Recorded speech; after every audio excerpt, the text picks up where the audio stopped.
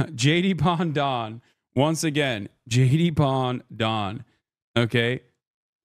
We will destroy the American farmland with numerous methods of irrigation. The American ecology. God damn America. It must collapse. It must collapse in spectacular fashion. The Chinese century of prosperity is upon America.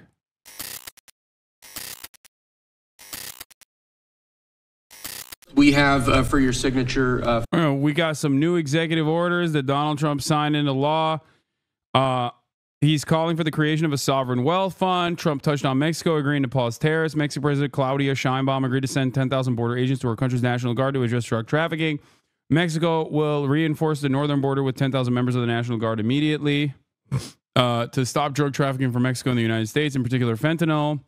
Yeah, Donald Trump posted hog. He's always posting hog. He is a hog. We're posting hog right now alongside of him. 5 official designations of special envoys. The first is Mr. Steve Witkoff, who's actually in the room to be your Middle East envoy.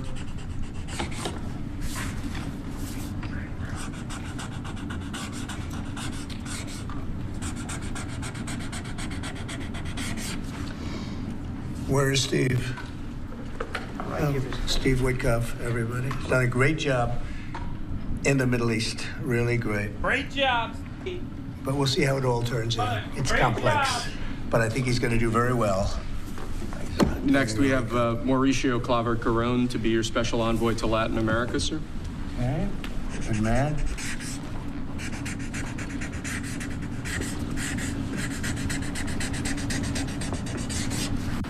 Okay. Thank you, sir. Next, we have retired General Keith Kellogg to be your special envoy on Russian-Ukraine issues. We've made a lot of progress on Russia. Why is he using a Sharpie? Excuse me. It's the greatest American. It's the greatest American pen that you could use. Great job. They took away my crayons. I must use a Sharpie. These are not laws. I mean, yeah, they're executive orders. It's just like some of it is for messaging. Some of it will be implemented. Others won't, but it doesn't matter. Ukraine, we'll see what happens, but a lot of progress has been made. We're going to stop that ridiculous war.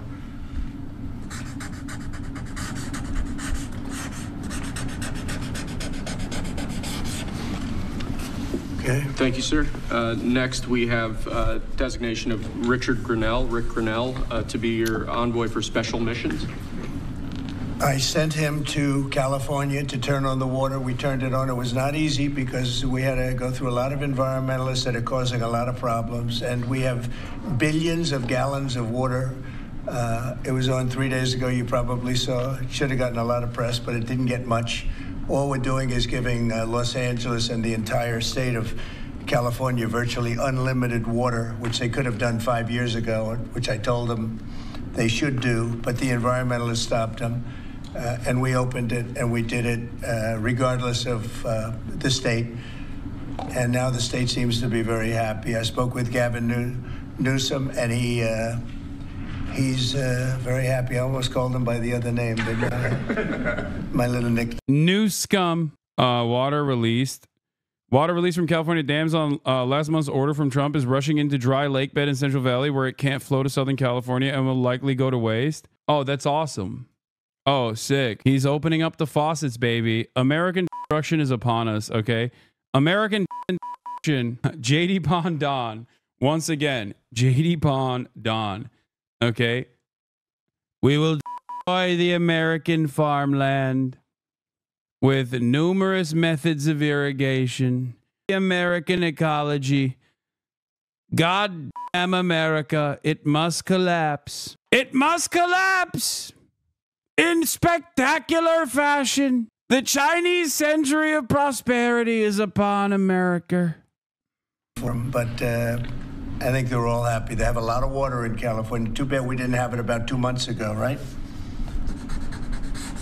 That was, by the way, that was a big move. We have, I don't know if you saw the pictures that were released of the water pouring down from the Pacific Northwest and Canada and lots of other places. And it's a pretty amazing sight. Mr. President, Rick Grenell had a big Friday trip as well. He had a very big Friday trip. You're right. We'll talk about that. He's a good man, Rick. Lastly, sir, we have a designation of Mark Burnett as your special envoy to the United Kingdom. You know who Mark Burnett is? I figure he should be good. He's certainly done a great job. Friend of mine and very talented guy. We have very talented people working for us. I'll hold that one up because Mark gets so much television. We'll hold it up, right? He'll be thrilled to see it. He's going to do a good job. Thank you, sir. Next, your administration has smashed records for appointing large numbers of highly qualified, capable. Trump super coked up, watch his jaw. No, that's the one thing you're wrong about Donald Trump on. He's a Sudie boy. He does Sudafed, but like British style Sudafed, I think. Where like that's it. I think it has like Adderall style. It's like Adderall, right? But he doesn't drink alcohol and he doesn't do any drugs. Just so you know. Like the only stimulants that I know he used to take are the old school Sudafed. It's very interesting that he does not actually touch alcohol at all. He doesn't smoke. He doesn't drink. Just Diet Coke, which, you know, BDS. But I'm on that Pepsi Zero tip here. Not gonna lie, you sound so much like a parasocial chatter. Yeah.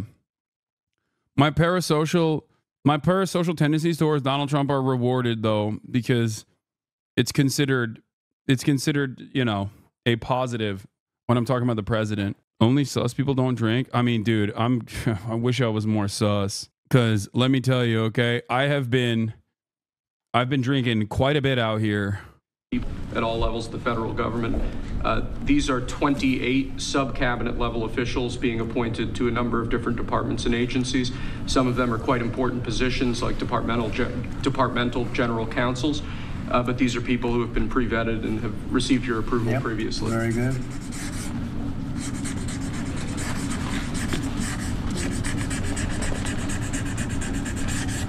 Okay. Thank you, sir. Next, this is an executive order. This charges your Secretary of the Treasury, Scott Bessent, and your Secretary of Commerce, Howard Lutnick, to begin a process that will hopefully result in the creation of an American sovereign wealth fund. It's a very exciting event. We're going to have a sovereign wealth fund, which we've never had. We have a lot of things that create wealth, and you're seeing that over the last 2 weeks. I think we've created more wealth. Other people have created de-wealth, the people, my predecessors. We're creating a lot of wealth. Scott, maybe you'd like to say something about it, and I'd ask also Howard to say something about it. Yes, sir. This is very exciting. We're going to stand this thing up within the next 12 months. We're going to monetize the asset side of the U.S. balance sheet for the American people. We're going to put the assets to work, and I think it's going to be very exciting. This is like what the Saudis have. Yeah. The difference between what the Saudis have and this, however, is that the Saudi Sovereign Wealth Fund can exist because the Saudi government is not really a government. It's just the kingdom. Okay? And they own all of the natural resources. The family owns all the natural resources. So all of the money generated, all the revenue generated off of that, okay, can go into a sovereign wealth fund to diversify its portfolio, diversify its economic, I guess like not economic gains, but basically make investments that help with its soft power capabilities and also simultaneously make investments that move Saudi Arabia away from being entirely reliant on oil. Okay? Other countries have this as well. Norway is another example. The problem, however, again, for the United States of America is that these countries have their national resources, their natural resources nationalized.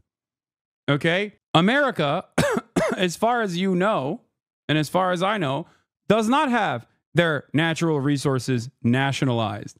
Okay? So basically, this will probably be another instance where we just take money from the taxpayers and hand it off to private equity that is working at the behest of the American government now. Okay?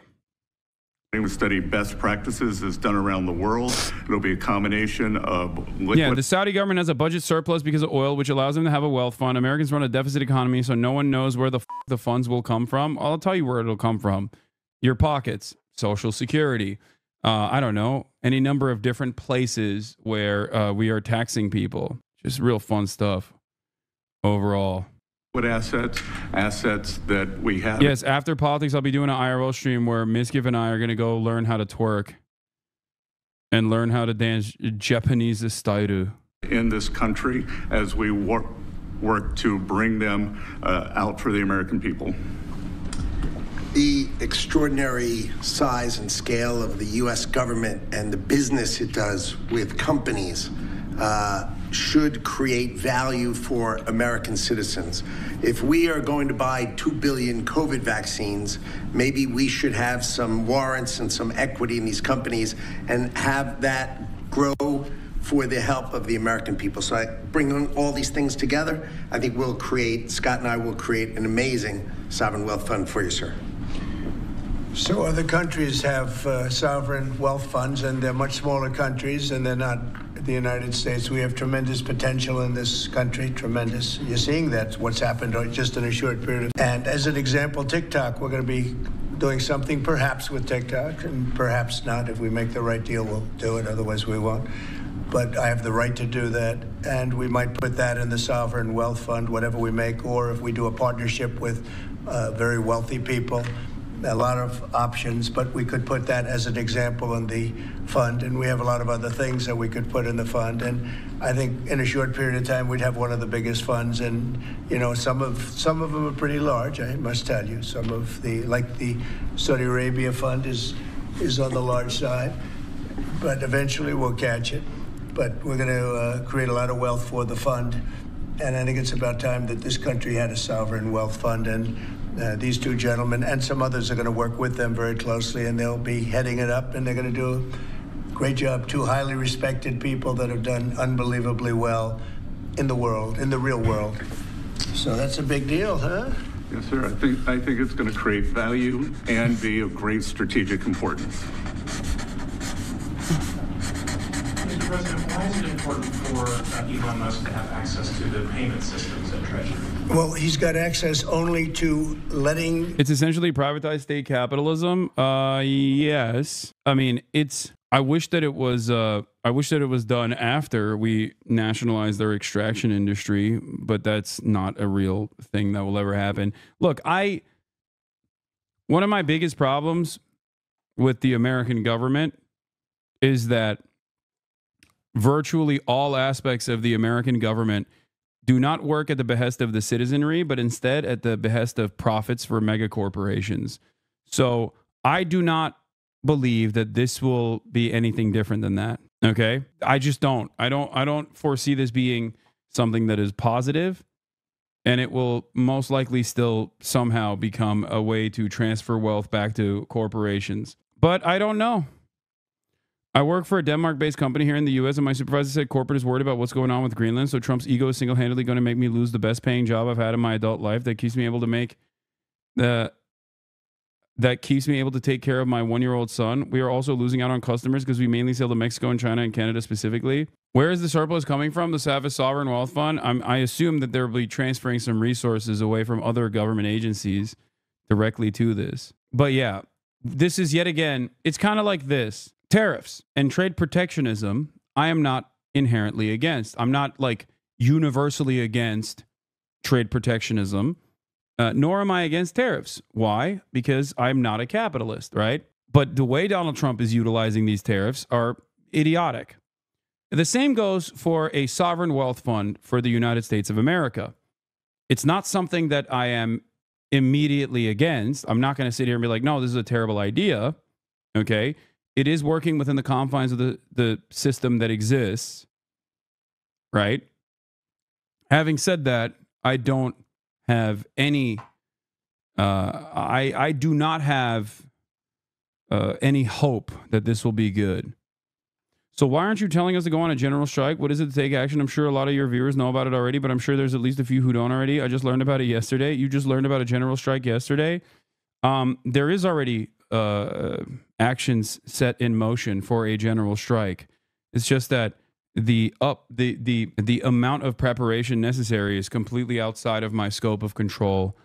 You have to do that with unions, and Sean Fain has talked about doing that with unions specifically. So, wait on that. 2028 is the year for it potentially, but it is something that is being discussed. You can't just do a general strike on Reddit. You know what I mean? Billionaire moguls Rupert Murdoch and Larry Ellison joined President Trump in Oval Office. Ellison's company Oracle has a key interest in TikTok remaining active in the United States. He's also one of the largest investors in X. Ellison's son David also needs regulatory approval for his acquisition of Paramount, which includes CBS. In the world. By the way, we're just unrelated, but we have two of the most talented people in the world, the legendary Rupert Murdoch and Larry Ellison. So they are two legends in business, publishing, and probably every other. Rupert is Larry pretty much in a class by himself, right? I mean, although you may have a couple of bucks more, I don't know, but Rupert is in a class by himself. It's so funny how ghoulish they look as well, doing tricks on it. At this rate of achievement, not only should President Donald Trump be on Mount Rushmore, I want to personally work on the chisel. Jesus Christ, dude. Elon Musk, I have no problem with your lifestyle, but please keep it to yourself. They're living in an entirely separate universe, and I fear that like everyone is living in an entirely separate universe nowadays, and I don't know how to fix that. Like, there is no great unification that I foresee happening where people just get back on the same track as far as the truth. Like, I fear that there are now supercharged echo chambers where there are a totally separate set of facts. Elon Musk killing himself on 420 would make him the most epic meme ever. No way he does it, though. He'll never be one of the greats. True. Connor is trying to get fucking banned. Oh my God, that would totally trigger all the liberals if he did that. This would totally be base dark MAGA thing to do. Connor is playing with some dangerous memes. Here's what Elon Musk. Here's a list of techies on the ground helping Musk gaining and using access to U.S. Treasury payment system. Akash Baba, Edward Kirstein, Luke Ferrador, Gautier, Cole Killian, Gavin Klieger, Ethan Showatron. I feel like none of these are real names. That feels fake, but you have committed a crime. Not boom, lasered. This man. Not only is this incredibly scary and untrue, it's not a crime, but Elon and libs of TikTok have been exposing queer and trans federal employees for years, opening them up to all kinds of harassment and threats. This man is an out and proud fascist, so nothing should be surprising anymore, but still incredibly disturbing to see someone who holds so much unilateral power just censor and call any speech he doesn't like a crime. Trump's DC U.S. attorney says that any threats, confrontations, or other actions in any way that impacts what Elon Musk people are doing will be investigated by his office, since that may break numerous laws. Yeah. You're going to have Elon's goons pick apart the federal government, and if you even criticize them, you're going to jail. That's awesome. Right-wingers are complaining that Wired reported the names of Doge employees. I don't understand. Aren't these guys tasked with very serious jobs within the government? How is, like, that's not unmasking or doxing someone. That's insane.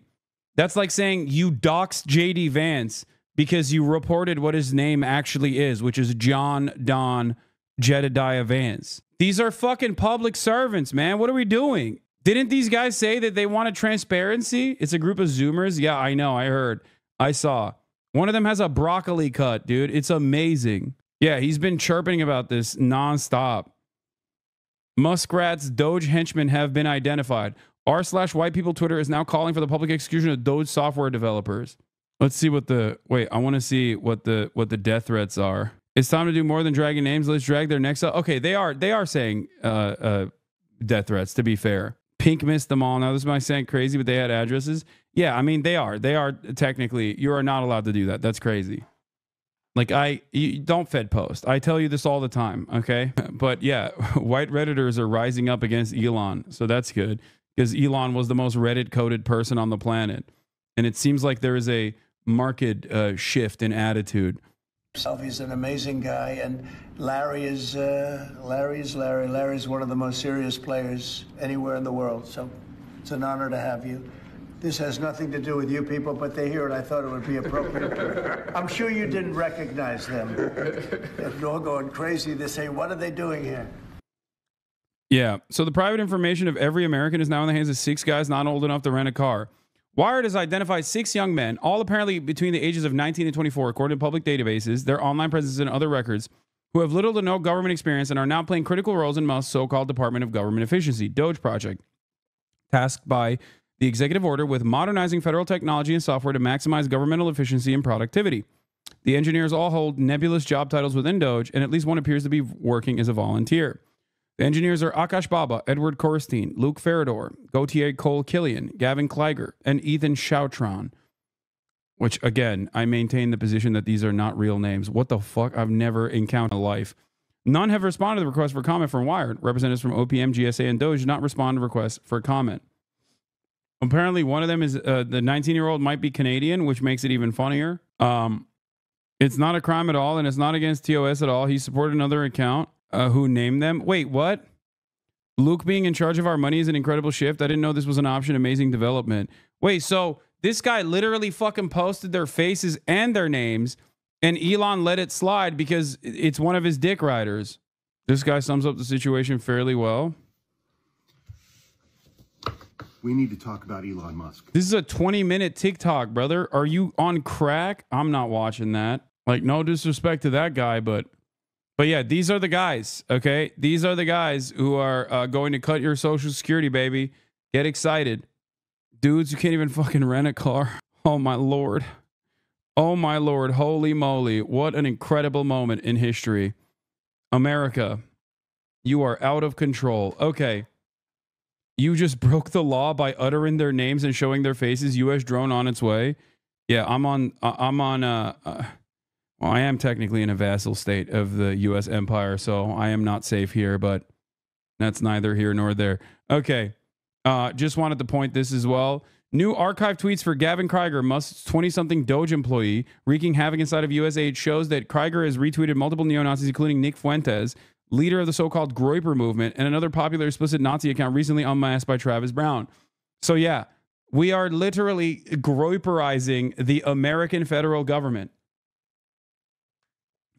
U.S. Marines drunk driving to your location right now, running over multiple Japanese families in the process, knowing full well that they will never be criminally prosecuted by the Japanese government, or even if they do, the American government will force the hand of the Japanese government to free them in the aftermath. Gavin Kleiger, Elon's Doge Hitler Youth shutting down USAID, is now indirectly responsible for the deaths of thousands of children. His Instagram appears to be G. Kleiger. He's scrubbing his online footprint. Full thread with screen caps and more Nazi connections. Oh, fuck. Sign in required. I don't have a Blue Sky account. It is wild that these guys are like openly groiped up too. Anyway, let's watch this and then we'll get to the USAID stuff in a second. I have to pee. People go that he thinks are no good if we agree with him, and it's only if we agree with him.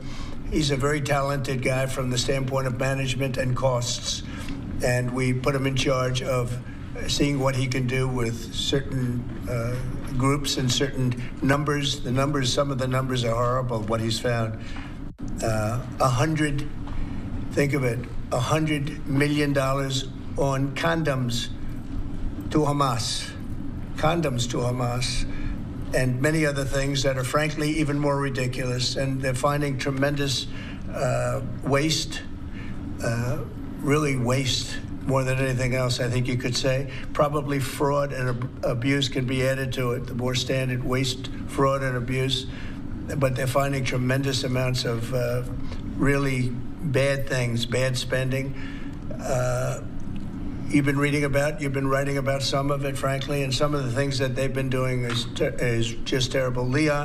Elon can't do and won't do anything without our approval. And we'll give him the approval where appropriate. Where not appropriate, we won't. But he reports in, and it's something that he feels very strongly about, and I'm impressed because he's running, obviously, a big company. It has nothing to do, if there's a conflict, that we won't let him get near it.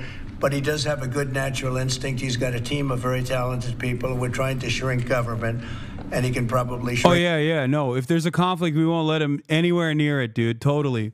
He's tasked with basically undermining every federal regulatory agency, and virtually all of them have at some point prosecuted Elon Musk for direct violations of the law. Every single regulatory agency that Elon has complete control over has, at a certain point in time or currently, tasked with regulating one of his companies. Okay? Every single one. It is insane to say that if there's a conflict of interest, we'll deal with it. Like, no, you won't. It is all a conflict of interest. As well as anybody else, if not better. Where we think there's a conflict or there's a problem, we won't let him go near it. But he has some very good ideas, and we have a lot of very other talented people also. We're bringing in the most talented people in the world. By the way, we just unrelated, but we have two of the most talented people in the world, the legendary Rupert Murdoch and Larry Ellison. So they are two legends in business, publishing, and probably every other. Rupert is Larry pretty much in a class by himself, right? I mean, although you may have a couple of bucks more, I don't know, but Rupert is in a class by himself. He's an amazing guy, and Larry is Larry. Larry's one of the most serious players. Larry is Larry. Larry is Larry. Okay, we already saw all this shit. On average, a year for many years, much higher than the 100,000. Could be even closer to 300,000. And they've agreed to put in 10,000 soldiers permanently, like forever, 10,000 soldiers at their side of the border and stop fentanyl and illegal aliens from coming into our country. They have a big incentive to do. Other than that, we've agreed to talk and consider various other things. We haven't agreed on tariffs yet, and maybe we will, maybe we won't. But we have a very good relationship. Dude, putting Elon Musk in charge of the, in any capacity, in charge of the federal regulatory agencies, like putting a fucking arsonist in charge of the fire department. Okay? And then claiming, well, he's got a lot of experience, Elon. He's dealt with these guys quite a bit. Greatest arsonist on the planet. Many fires started. You want a guy like that to combat the fires. He knows how to start them. He knows how to end them. Lots of experience from the standpoint of fire. Much experience. I also spoke with Prime Minister Trudeau of Canada, and we had a good talk in the morning. Questions like, you know, banks aren't allowed to do business in Canada. Canada is very tough. Canada is very, you know, we're not treated well by Canada, and we have to be treated well. Banks are not, as an example, allowed. Did you know that American banks are not allowed to do business in Canada? Can you believe that? And that's one of many things, and we talked about it, and I think we'll win most of the subjects. But for some reason, a lot of things have been very unfair with Canada. I noticed that in the first term. You deal with people, and after a while, you begin to realize, like you learn that Larry Ellison's very tough to do business with, okay? He's a very tough guy. I mean, I'm sure you're shocked to hear that. But Canada is very tough. They're very, very tough to do business with.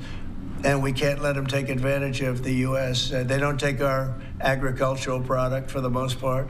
They don't take our cars. They make cars, but they basically don't take our cars. And, you know, we don't need, and look, I think we're going to have another good conversation today. We're actually speaking at 3 o'clock again. But we don't need them to make our cars. We don't need them to give us lumber. We don't need them for agricultural products because we have all the agriculture we need. They don't take our agricultural product for the most part, our milk and dairy, etc. A little bit they do, but not much. We take theirs. And as far as cars are concerned, they took in a big percentage, almost 19% of the market. And, you know, I wouldn't mind making our cars in the United States, so we have a problem there. I'd like to make our cars in the U.S. We don't need Canada to make our cars. With that being said, we're going to have another call at 3 o'clock. We had a call this morning. It was a pretty good call, I'd say. So the call with Mexico went very well in the sense that they're very strong now on the border. They're going to put soldiers there. So, actually, they're best military soldiers, and they're going to be at the border, 10,000. That's a lot of soldiers. And they want to protect it also. You know, they don't want people running through Mexico, coming through Mexico to come into our country. So they're going to do that. And then we're going to talk about other things over the next 30 days, we're going to have Scott, Howard, and Marco Rubio, Secretary of State, lead the delegation. And we're going to have a big negotiation with Mexico. I'll be involved too, and President Sheinbaum will be involved to see whether or not we can work something out on the tariffs. I can't believe the condom thing is still going on, by the way. Like the Hamas condom thing. It's just like this part of the process is so wild where he was like, where he talks about how Doge is going to tackle, you know, ridiculous government expenditure. And then and talking about how like we've given $100 million worth of condoms to Hamas, which is crazy. There's another place, Gaza in Mozambique. Yeah. Okay. Those weren't even condoms. Okay. It was contraceptives being sent to Mozambique. It was not condoms being sent to anybody. It was contraceptives, like sexual reproductive health related medical supplies. It's so fucking stupid. And like, how do you address that? It is just such an abject lie. How do you address that? How do you address something that is just completely made up when a decent number of people legitimately believe everything that this government says? It's understandable that we place a lot of confidence in official members of the government making declarations, making statements, right? Because for the longest time, people in the United States of America or people all around the world have had to trust their government. Okay? So when a member of the government says something, you just assume that it's probably real. Except with Donald Trump especially, it's never real.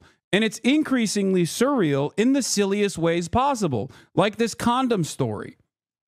Having said that, however, this violation of trust and the abject lies, Google contraceptives, it's not just condoms, chatter. What are you talking about? It's not going to Palestine, and it's like all matter of different things. Okay? Oh my God. The problem here is not the issue of condoms also being a contraceptive. Okay? It's literally sexual reproductive health things like medical supplies that pertain to sexual reproductive health. It's not just condoms, IUDs, and things of that nature. It is now true though. That's what I'm saying. And there's fucking chatters in here being like, well, contraceptives are condoms. Yeah, I know. It's medicine, IUDs. It's menstrual health products. Condoms also play an important role in AIDS prevention. So obviously condoms are also a part of it. What is happening? I feel like yeah, birth control pills, things of that nature. But it's like we are officially dumbing ourselves down. Okay? And we're just like, lol, condoms, that's for sex. And by the way, a major part of this problem, this lie, is that it's not actually going to Palestinians. That's the other side of this. And that's what they're claiming. They're claiming it's Hamas condoms. $100 million of condoms have been sent to Hamas. That's just a lie. Don't try to actually this. The fuck?